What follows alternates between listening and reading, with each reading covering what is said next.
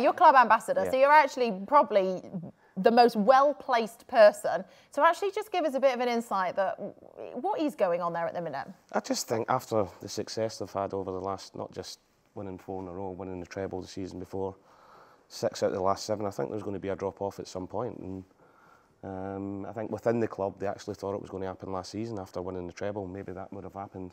So for them to go and win 4 in a row, Premier Leagues, was incredible. Amazing. Last year. And this season, look, I've always got my blue tinted glasses on, so I'll be making excuses left, right and centre for them. But I just look at they look physically and mentally tired from the success they've had. And injuries, but all clubs have injuries. You know, look at the centre halves, Akanji, John Stones, who for me is a phenomenal player. Ruben Diaz has been out. Nathan Ake's been out.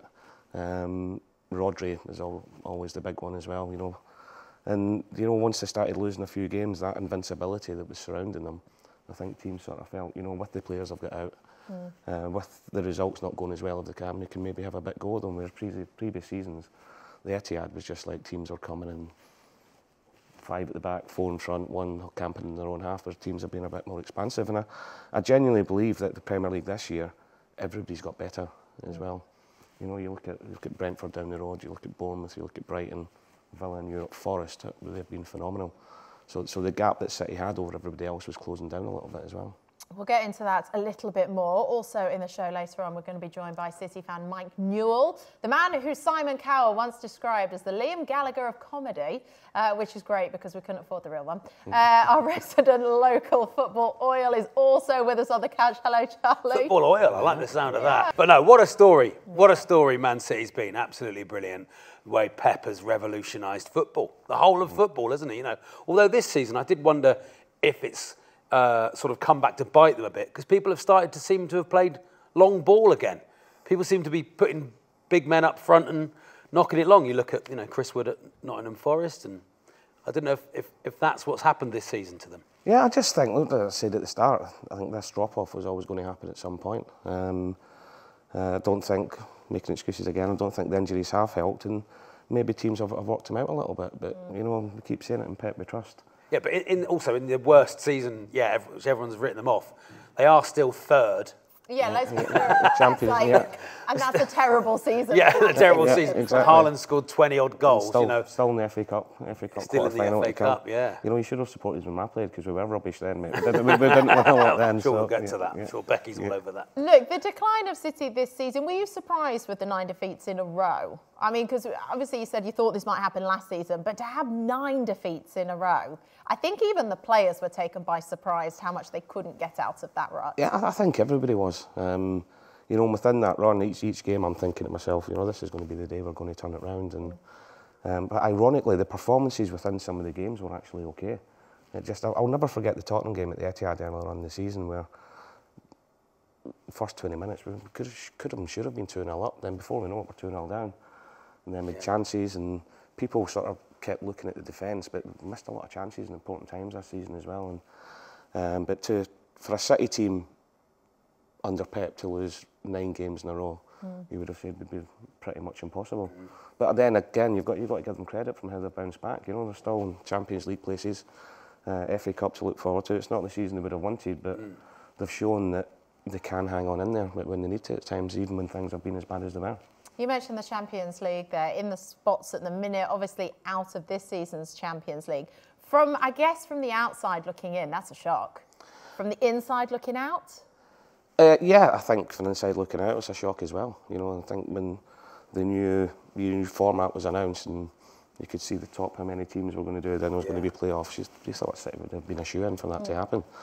I think a lot of people were caught out by that. I think a lot of the bigger teams were so used to sort of, well, we know we'll come good in the end, and actually it stretched it a bit more, didn't it? It stretched the format. In previous seasons, you know, you win your first 3 or 4 games in the Champions League. The last couple of games you can relax a little bit because you know you're going into the last 16. Where this year it's gave everybody a chance, and I think we've seen that how it finished. You know, in the playoffs, if you'd said the playoffs for the last 16 at the start of the season it was going to be Real Madrid against Man City, you would have said you were mad. Yeah. But I kind of liked it this year. Not the results for City, obviously, but I liked the format because it kept it so interesting right up until the last minute, especially that last round. before the playoffs, when games were going left, right and centre, and it was... That was mad on the last day when everyone played together. It made it so exciting to watch though, didn't it? It did, but the stats guys in our department were having an absolute nightmare trying to get the graphics right, and it was ever changing all at the same time. They got the internet now. I don't know if you're my sort of age or older. That would have been one bloke with a radio in his ear going, you know, PSG are winning, like that for everyone else trying to work it out. Just one bloke, you know, stood there. Yeah. A little bit more events there, I think. Exactly. Team of people now. As for the City squad, you said, are you expecting changes come the end of the season? Yeah, I think so. I think Pep's hinted that himself, you know. And the one thing the club has always had in the recruitment, they've always been looking forward. And I know a lot of people in January, when we signed Marmoush, Kuzanov, Nico Gonzalez, Vitor Hesh, that it was sort of panicking, but their players were always going to come in the summer anyway. They just had to bring it forward because of the situation that they were in. You know, Pep's openly admitted himself that not too loyal, but that should have happened last summer. But because the players had just won 4 in a row, that was impossible to try and change it. So I think there'll be more in the summer. I genuinely do. And to lose Rodri as well, to lose any Ballon d'Or winner is going to leave a massive hole in any team, isn't it? It is.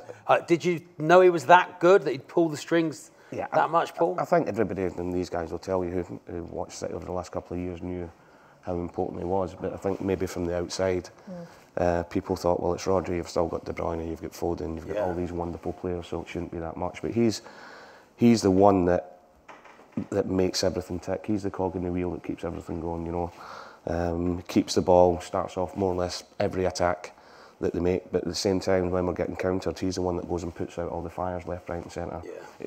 He's footballing brain, but his positional brain is unbelievable. He's definitely the best that's out there. But yet again, I don't think we could have imagined they would have been that much amiss. Yeah. I think it's a collective thing, not having a centre-back pairing and Rodney and Rodri, and the combination of that in front. Well, it's mad that like Pep uses 2 players to cover him. Do you know what I mean? Like, I remember when, at the very beginning of the season, when they were trying to work out how they were going to cover him, Pep was like, you need like 2 people to play the position type thing. And it was like, wow, that's how much you are missing someone like that. And as a player, when you miss a player like that, it affects you as well because you know how good he is. You know, when you see him in the team, and I know Kevin's been in and out, but when Kevin came back for his injury earlier on in the season, he automatically made players better. Just on being in the pitch, even all these superstars that they had. So you look around the dressing room and you must feel immediate, sort of the adrenaline of confidence. He's back. Let's go and do it. And I put Ruben Diaz in that category as well. You know, Ruben's been out, but he's the one. He's a natural leader, and he's a fantastic footballer. But first and foremost, Ruben wants to defend. You know, and I think when Ruben's in the team, he makes the defenders better. I think when Kevin's in the team, he makes the attacking players better. And when Rodri's in the team, he makes everybody better.